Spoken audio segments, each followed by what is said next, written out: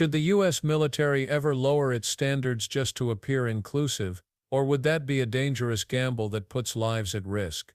That's the explosive question Senator Tom Cotton and Pete Hegseth put on the table, and the answers could shape the future of America's armed forces. On one side, supporters point to decades of women already serving with honor, courage, and skill in combat zones. On the other, critics warn that bending physical requirements for politics could weaken the very core of readiness. And as the hearing heated up, the debate stretched far beyond gender roles, touching on war ideology and even America's most controversial alliances. Before the questioning even began, something unexpected entered the record. Women in combat. I think that phrase is something of a misnomer. Many members of this committee have served in combat in the last 25 years, to include women and men. I'm sure all those men served with women, whether they were military police officers or they were pilots or whether they were intelligence analysts or medics or what have you. You served. I assume you served with women who were on the front lines as well. Is that correct? Yes, sir. And were those women anything other than skilled, brave, and honorable in their service? They were some of the best soldiers I worked with. So women have been serving in combat for a long time. Women have even been serving in combat units like infantry battalions for a long time in roles like medics or mechanics or what have you. So what we're talking about here specifically is women in ground combat roles in jobs like infantrymen or artillerymen or special forces. Until about 10 years ago, that wasn't the case. Under Secretary Panetta, those roles were opened up to women to serve in. Has President Trump indicated at all that he plans to rescind or alter that guidance? You're correct to point out, Senator, that these are the decisions that the Commander-in-Chief will have the prerogative to make. He has not indicated to me that he has plans to change whether or not women would have access to these roles. However, I would point out, ensuring that standards are equal and high is of importance to him and great importance to me. Because in those ground combat roles, what is true is that the weight of the ruck on your back doesn't change. The weight of the 155 round that you have to carry doesn't change. The weight of the 240 Bravo machine gun you might have to carry doesn't change. And so whether it's a man or a woman, they have to meet the same high standards. And Senator, in any place where those things have been eroded or in courses, criteria have been changed in order to meet quotas, racial quotas or gender quotas, that is putting a focus on something other than readiness, standards, meritocracy, and lethality. So that's the kind of review I'm talking about, not whether women have access to ground combat. Okay, so thank you. So you expect no change to that guidance, but as you point out, in these specific jobs, there are irreducible physical demands. We expect our intelligence analysts and our mechanics to be physically fit in the military, but it's different when you're in the infantry or the artillery. You just mentioned a few things. Let me point it out. An artillery shell weighs almost 100 pounds. An Abrams tank round weighs around 50 pounds. The M240 Bravo machine gun with its tripod weighs almost 50 pounds. The average weight of a full kit, ammo, water, commo, body armor for a soldier is over 100 pounds. Nothing you can do can change any of those things, right? That is physical reality. Go ahead. Yes, Senator. And I would say the requirements to handle those things in a ground combat unit, as far as standards, can look different than those of a medic or a drone pilot. And so it's not that it has to be the same standard throughout. It's standards to maximize efficacy of that particular position. Let me read a quote here from one Army officer. While it may be difficult for a 120-pound woman to lift or drag 250 pounds, the Army cannot artificially absolve women of that responsibility. It may still exist on the battlefield. The entire purpose of creating a gender-neutral test was to acknowledge the reality that each job has objective physical standards to which all soldiers should be held, regardless of gender. The intent was not to ensure that women and men will have an equal likelihood of meeting those standards. I assume, based on your testimony, you agree with that Army officer? Absolutely. The standards need to be the same, and they need to be high, and they need to be set by the people closest to the problem set, closest to the understanding of what is required by that job. Commanders, commanding officers, and COCOMs and elsewhere who understand the reality of what they face, that's the feedback we should get. That's what should be enshrined and enforced, and no other set of political prerogatives. When I talk about removing politics, ideological or political prerogatives should contribute to those determinations, nothing other than the execution of the mission. Thank you. For the record, that Army officer was Captain Kristen Griest, the Army's first female infantry officer and one of its first female Ranger School graduates. One final point, you said they need to be objective, gender neutral, and high. That's because the demands are, in fact, very high. The current physical fitness test for the Army has a minimum 2-mile run of 22 miles. Run. And I want the reporter to note that I'm putting run in air quotes, because 22 miles at 2 miles is not running. It may be jogging, it's probably walking fast. Let's move on. We've got a big, 22 minutes. We've got a big audience here. Many of them seem to be patriotic supporters of you, Mr. Hegseth. Some of them seem to be liberal critics of you. I would note that it's only the liberal critics that have disrupted this hearing. As was my custom during the Biden administration, I want to give you a chance to respond to what they said about you. I think the first one accused you of being a Christian Zionist. I'm not really sure why that is a bad thing. I'm a Christian. I'm a Zionist. Zionism is that the Jewish people deserve a homeland in the ancient Holy Land where they've lived since the dawn of history. Do you consider yourself a Christian Zionist? Senator, I'm a Christian, and I robustly support the state of Israel and its existential defense, and the way America comes alongside them is a great ally. Thank you. Because another protester, and I think this one was a member of Code Pink, which, by the way, is a Chinese Communist front group these days, said that you support Israel's war in Gaza. I support Israel's existential war in Gaza. I assume, like me and President Trump, you support that war as well, don't you? Senator, I do. I support Israel destroying and killing every last member of Hamas.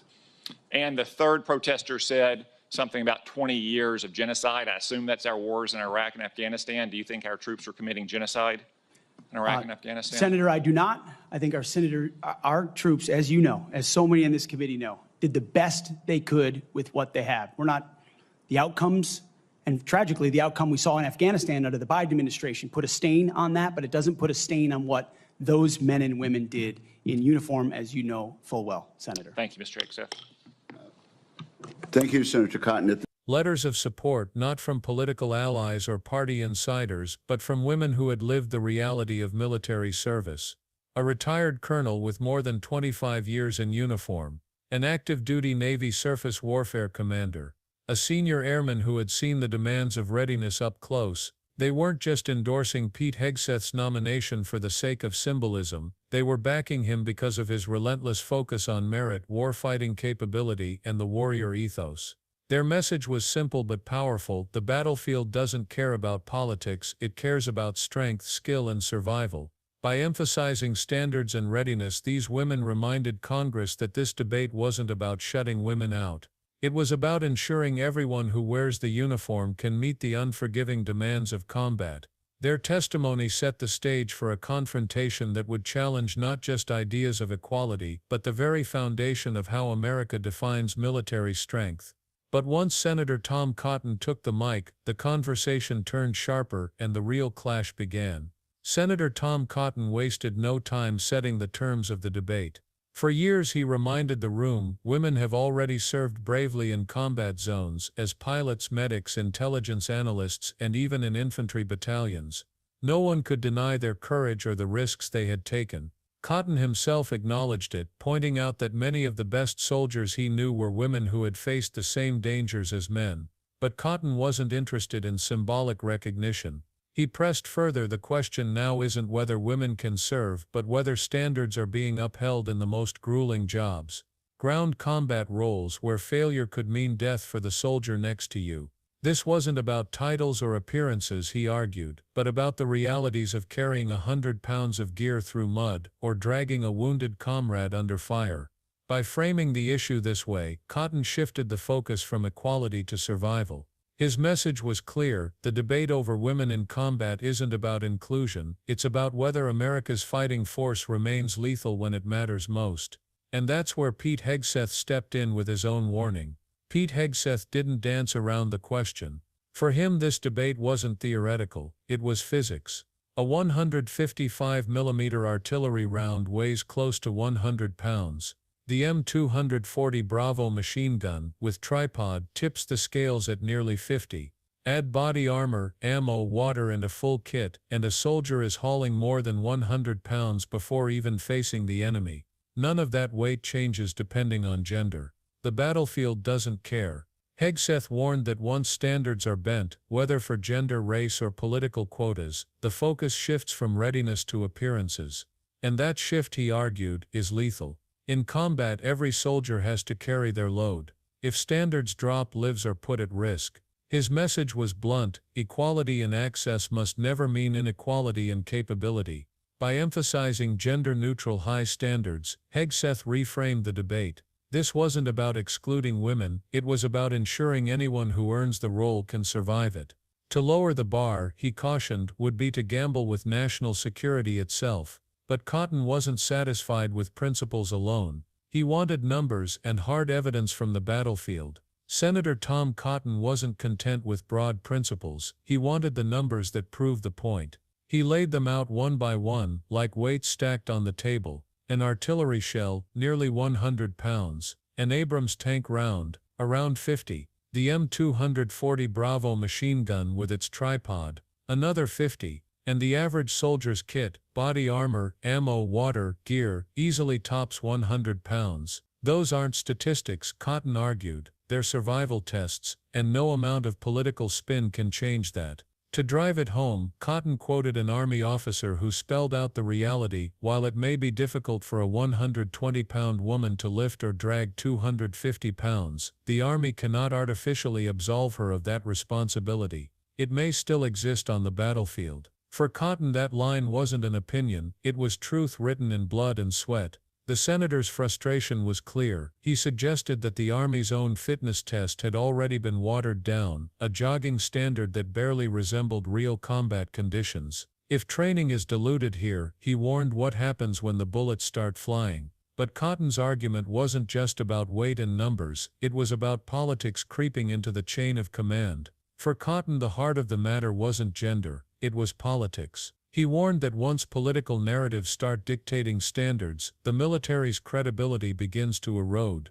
On paper, lowering requirements may look like progress. In reality, it's a gamble with human lives. In combat, there's no hiding behind quotas or carefully written press releases. Either a soldier can carry their load and fight under pressure, or the mission fails and people die. Cotton framed meritocracy not as a value to debate, but as a survival mechanism.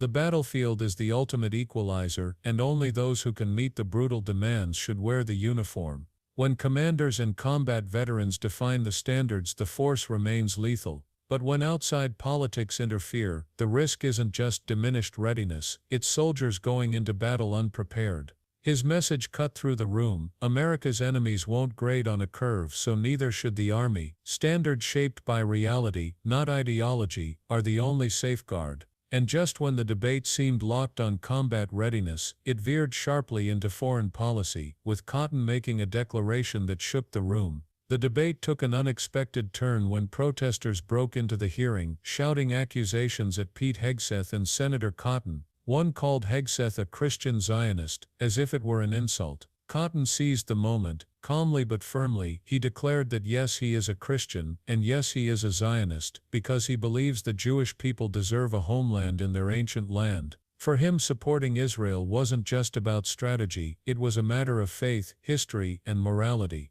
Another protester shouted about Gaza, accusing Cotton of backing genocide. Cotton didn't hesitate. He said he fully supports Israel's war against Hamas, calling it an existential fight, one that must end with Hamas destroyed. His stance left no room for ambiguity. America's alliance with Israel, in his view, is both biblical and strategic, righteous and necessary. This exchange revealed more than just his personal beliefs. It showed how deeply ideology shapes policy. Cotton wasn't simply defending a military standard at home, he was tying America's warrior ethos to a global struggle he sees as good versus evil.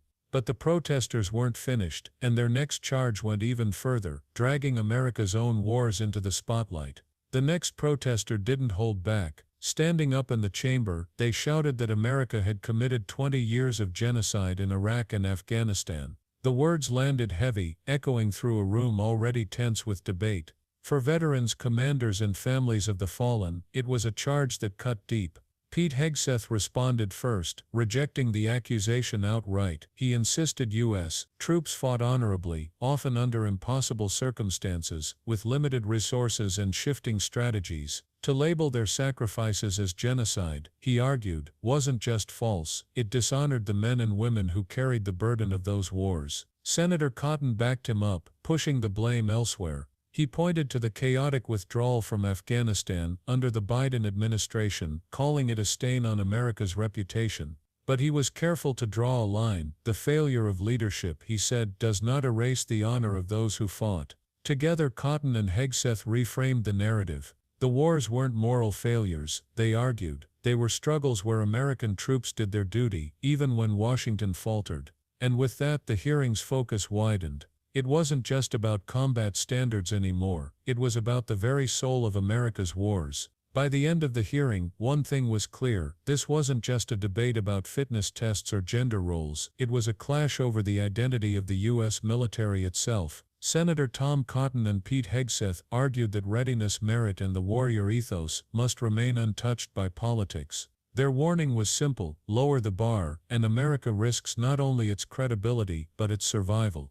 But layered within the testimony were deeper currents. From female veterans backing Hegseth to Cotton's blunt embrace of Christian Zionism and his defense of Israel, the conversation blurred the line between domestic military policy and global ideology. The accusations about genocide in Iraq and Afghanistan revealed how America's wars are still fiercely contested, even inside its own halls of power. The bigger question, then, lingers far beyond this one hearing: what kind of military does America want? One that adjusts standards for appearances, or one that keeps them high, no matter the political cost? In an age of rising global threats, the answer may decide not only the strength of the armed forces, but the direction of the nation itself.